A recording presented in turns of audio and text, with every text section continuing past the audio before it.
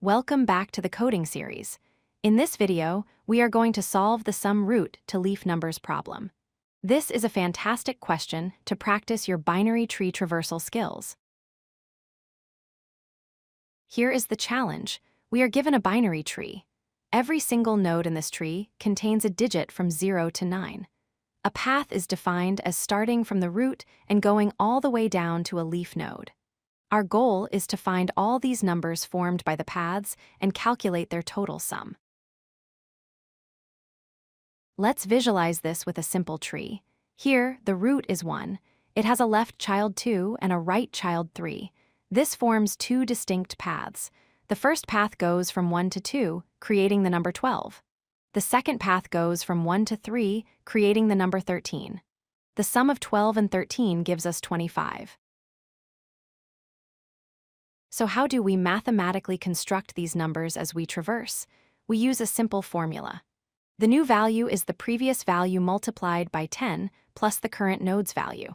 For example, starting with 0, the root 1 becomes 1.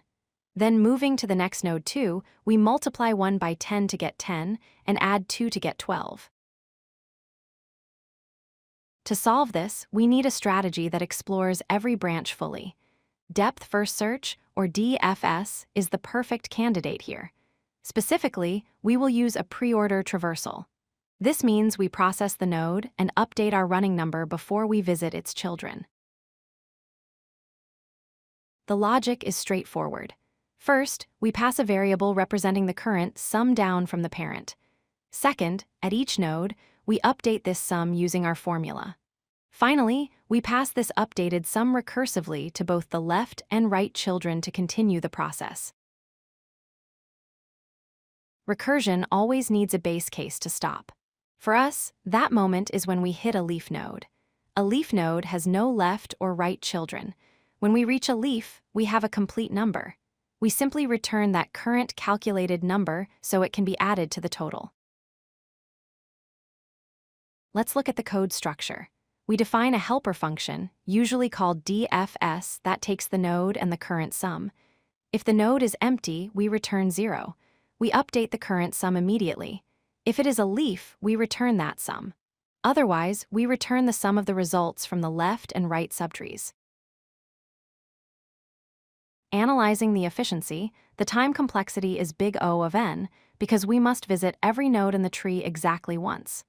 The space complexity is big O of h, where h is the height of the tree. This space is used by the recursion stack. Be careful of a few edge cases. First, if the root itself is null, handle it gracefully.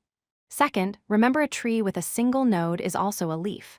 Lastly, in some languages, these path numbers can get very large, potentially causing integer overflow, though usually standard integers suffice for typical constraints. To wrap up, remember that pre-order traversal is the key. We build the number as we go down by multiplying by 10 and adding the node value. The actual summing happens when the recursive calls return values from the leaf nodes. That covers the solution.